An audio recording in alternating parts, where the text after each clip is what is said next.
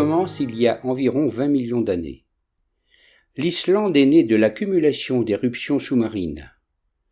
Elle se situe sur la ligne de faille entre la plaque américaine et la plaque eurasienne, qui s'écarte d'environ 2 cm par an, créant ainsi des fossés d'effondrement comme ici à Thingvellir.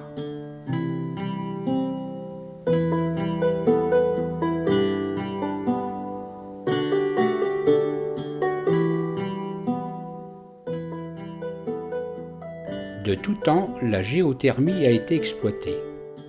Aujourd'hui, elle est à l'origine de 30% de l'électricité et de 90% de l'eau chaude.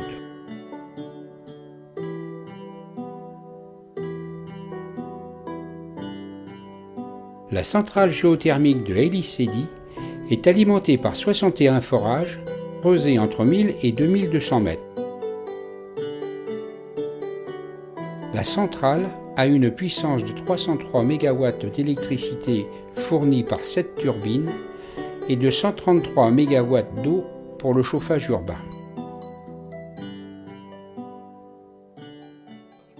Ça commence en 1930, le premier chauffage à base de géothermie au centre-ville. Plusieurs usages, le chauffage. Ensuite, vous avez l'eau chaude du robinet et puis aussi pour les douches. Donc il y a plein d'autres utilisations. Le reste de l'eau chaude est acheminé sous les trottoirs pour faire fondre la neige l'hiver. Il y a des piscines, voilà, des serres géothermiques, voilà, donc des légumes, des fruits. Il y a même quelques bananes qui poussent. Voilà, donc il y a aussi une plage à Reykjavik où il y a de l'eau chaude qui est déversée pour pouvoir nager, pour que la mer soit un peu plus chaude. Après, le reste de l'eau chaude va dans la mer.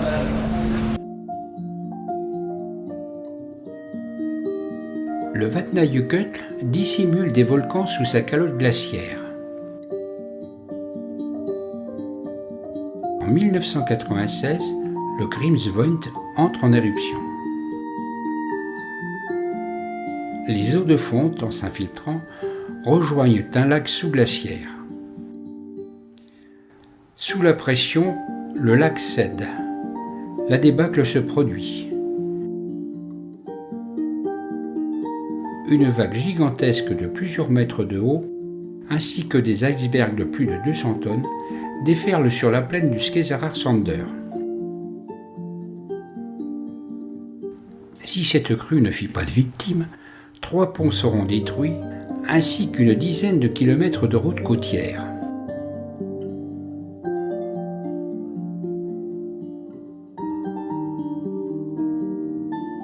Dans les fjords de l'Est, perdus au milieu de nulle part, une fabrique de sel.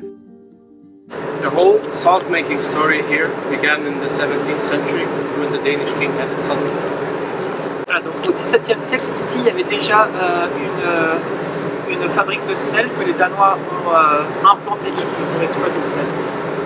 So, he was using the waters from the fjord, which are one of the purest seawaters in the world today. Donc il a utilisé l'eau du fjord, qui est une des eaux les plus pures du monde.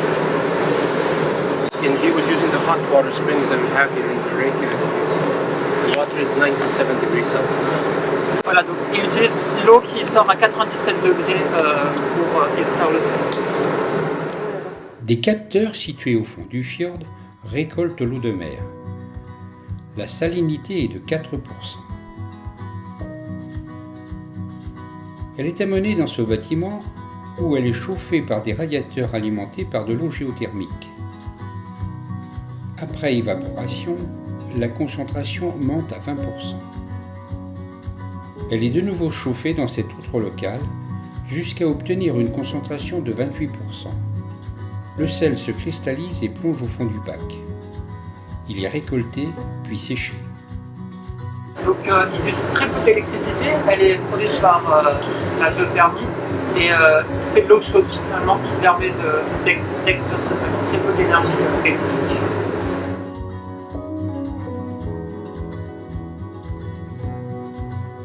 Namafjall signifie montagne de la mine.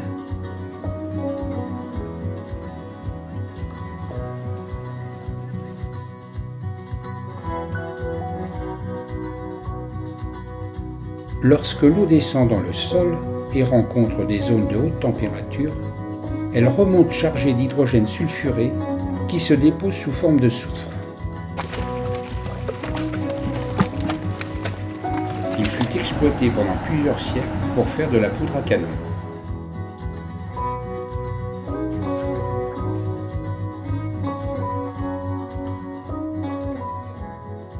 Dimmu Borgir se traduirait par les châteaux noirs. Ce site vieux de 2300 ans se situe sur une fissure de 12 km de long. Donc ici, ça a couvert une sorte de dépression avec une sorte de marécage. En tout cas, il y avait de l'eau. Donc la coulée de lave a recouvert cette espèce de cavité. Au contact de l'eau, il y a eu une couche donc, de lave qui s'est refroidie et aussi en surface, au contact de l'air. Donc là, vous avez une sorte de tunnel de lave, plutôt un lac de lave, puisqu'ici c'est une cavité. Qu'est-ce qui se passe? Eh bien, l'eau a besoin de sortir avec la chaleur, donc ça va finir par pousser, par creuser, et il va y avoir des évents de vapeur au niveau de la surface du lac de lave. Et en fait, la vapeur, bien que très chaude, elle est moins chaude que la lave elle-même, donc elle va refroidir tout autour. Donc ça forme une sorte de croûte. Et ensuite, il y a un phénomène, on pense qu'il y a une brèche qui s'est ouverte dans une retenue naturelle, une sorte de digue naturelle, et le reste de la lave, donc, qui était encore liquide, s'est affaissé, a été drainé. Et de nos jours, ce que l'on voit, c'est tout simplement ces anciennes cheminées d'extraction de vapeur.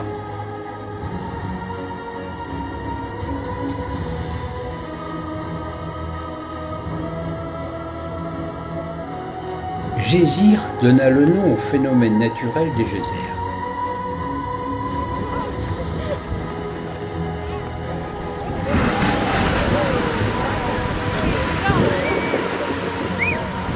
L'eau, en s'infiltrant dans le sol, rencontre des roches chauffées par le magma.